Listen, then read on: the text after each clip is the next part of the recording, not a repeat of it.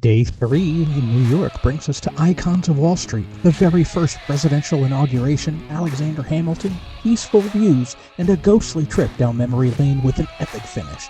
Come explore some hidden gems with us in the Big Apple.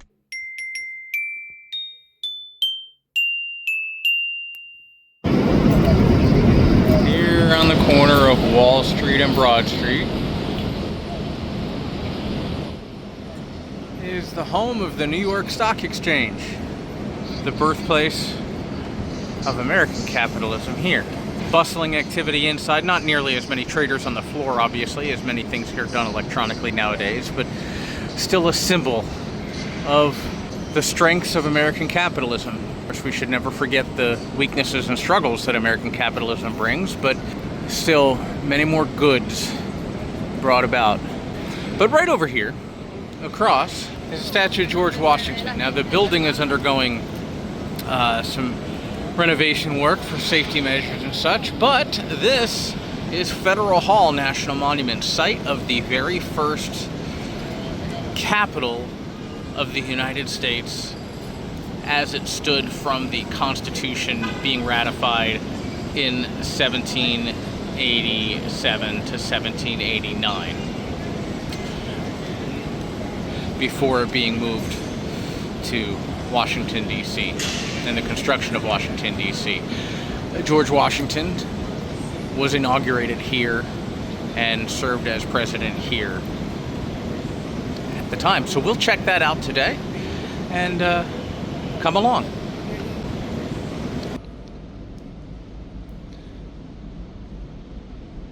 In the mid-19th century, this building of Federal Hall was served as a U.S. Customs House, which served almost like the Ellis Island for goods,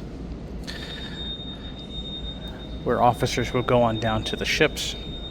They would check the manifest, bring the manifest back, and it would, and the officers here would make sure that that the goods would be able to come on in.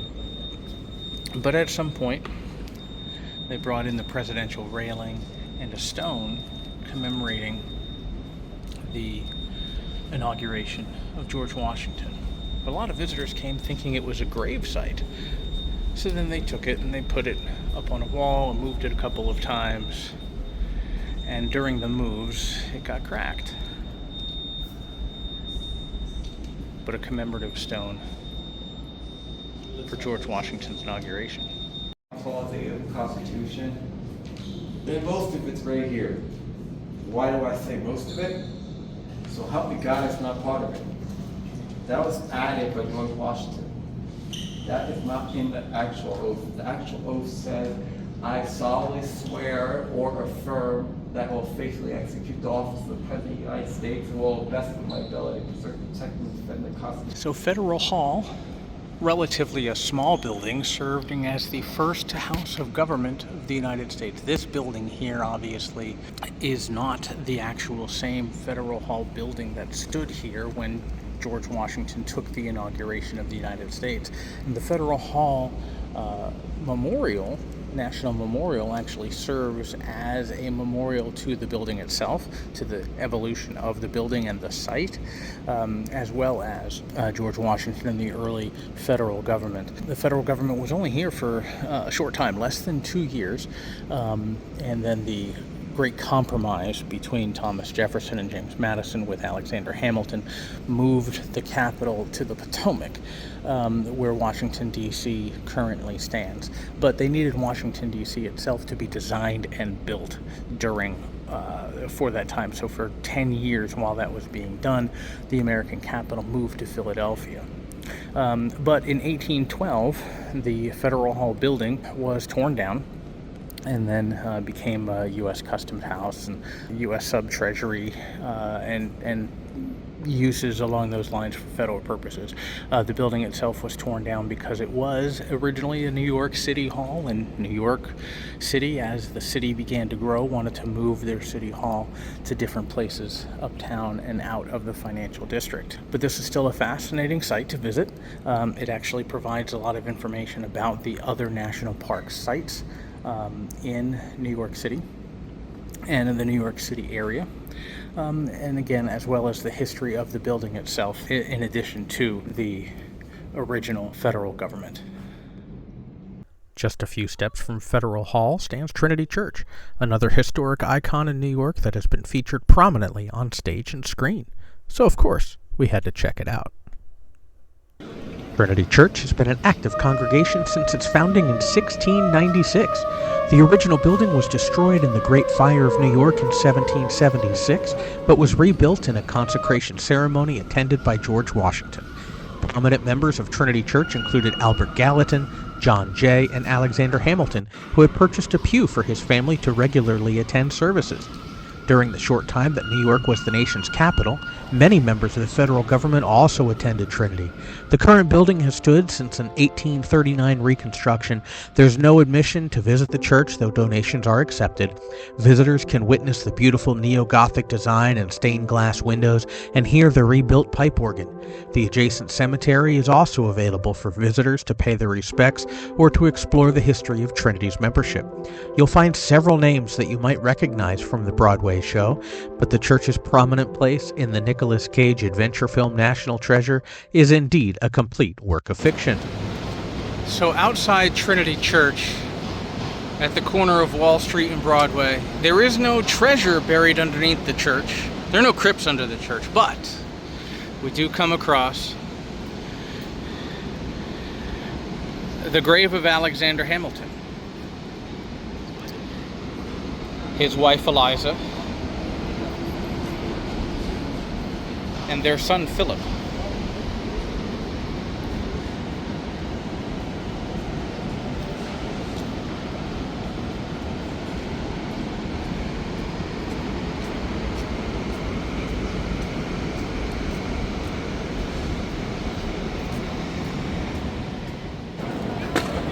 Here, staring down the New York Stock Exchange, it's the Fearless Girl. This was actually once placed in charge of the famous Charging Bull, but then felt like the artistic interpretation has changed. But the Fearless Girl, representing the rise of women in the economic, financial, and workplace of the United States economy. Rightfully so, empowering women.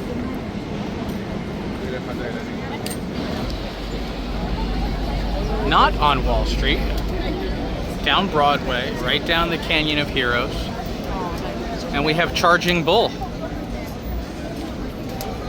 Symbolic representation of the burgeoning bull of Wall Street. Artist rendition, actually, I believe, to remind folks after the crash of Wall Street in the 80s that the stock market will recover and will again charge like a bull. And for good luck, could always rub certain parts.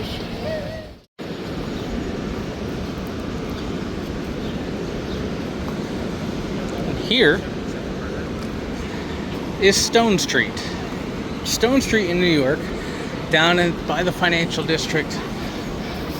These small buildings amongst the tall towers, the cobblestone. This is the remnant of the oldest street in New York City, back from the New Amsterdam days. It's now home to upscale dining throughout here, trendy dining. But just walking on these cobble streets that are over 400 years old from the Dutch settlement of New Amsterdam. The vast majority of the rest of New Amsterdam had been burned and razed in fires and reconstruction over the centuries and the decades. But we walk on history, including all who built it.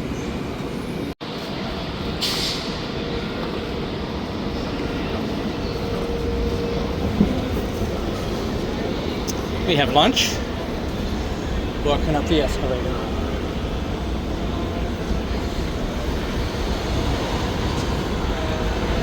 And then up some steps. Oh, there's another escalator right over here. I've not been to this place, but I've heard about it. It's typically a quiet gem away from the hustle and bustle and the grime of the streets of New York City, called the Elevated Acre. So let's check it out for lunch, shall we? The Elevated Acre, accessed from Water Street, provides an oasis of fresh air, picnic tables, pretty greenery, and open green space, and fantastic views of the mouth of the East River flowing into New York Harbor on one end and the Brooklyn Bridge upriver on the other. It was definitely a relaxing spot to quietly and peacefully enjoy lunch.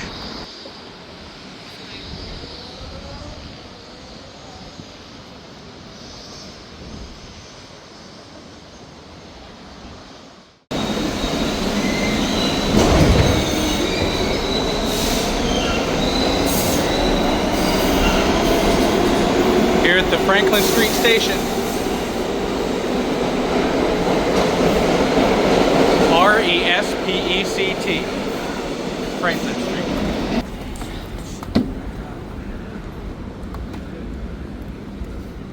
Out of the subway. It can get scary down in the subway, but I ain't afraid of no ghost. Bustin' makes me feel good. Hook and Ladder, number 8, here in Manhattan. This is actually an operating fire company. So they're not always here. It is 24 hours, but if they're out on a call or whatnot, they very well may not be here. So I don't know if we'll be able to go inside, see if there's anything there. The exterior of the building was used for the Ghostbusters movie franchise, as well as, I believe, an episode of Seinfeld.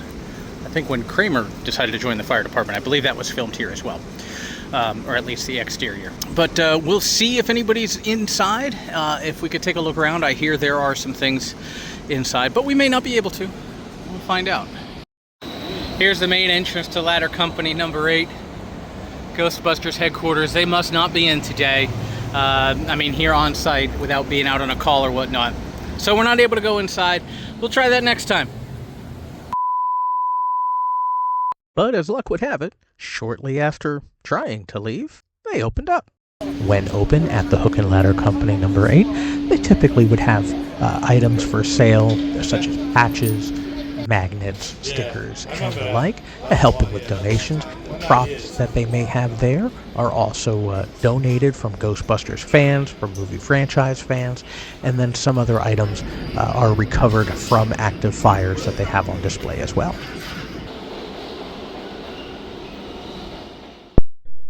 With the city safe from poltergeists and ghosts, it was time to head back to Queens. Well, we're finishing up our day in Queens this evening at Citi Field. No, the New York Mets are not in town, but we are here today to see the Linda Lindas, Rancid, Smashing Pumpkins, and Green Day. But no matter what you're doing, in New York City, there's always something to do. No matter if you're here for the entertainment, if you're here for culture, history, food, business, leisure, touristy stuff, non-touristy stuff, loud, busy things, or quiet respites. There's always something to do here in the city that never sleeps. So if you've seen Green Day on tour before, if you've seen Smashing Pumpkins, let us know in the comments. Anything that we've done here so far, let us know. We'd love to hear from you. We'd love to hear things that we've not done that you guys have absolutely enjoyed. And hopefully we can go there at some other time. So enjoy the rest of the day here with us. We'll see you tomorrow.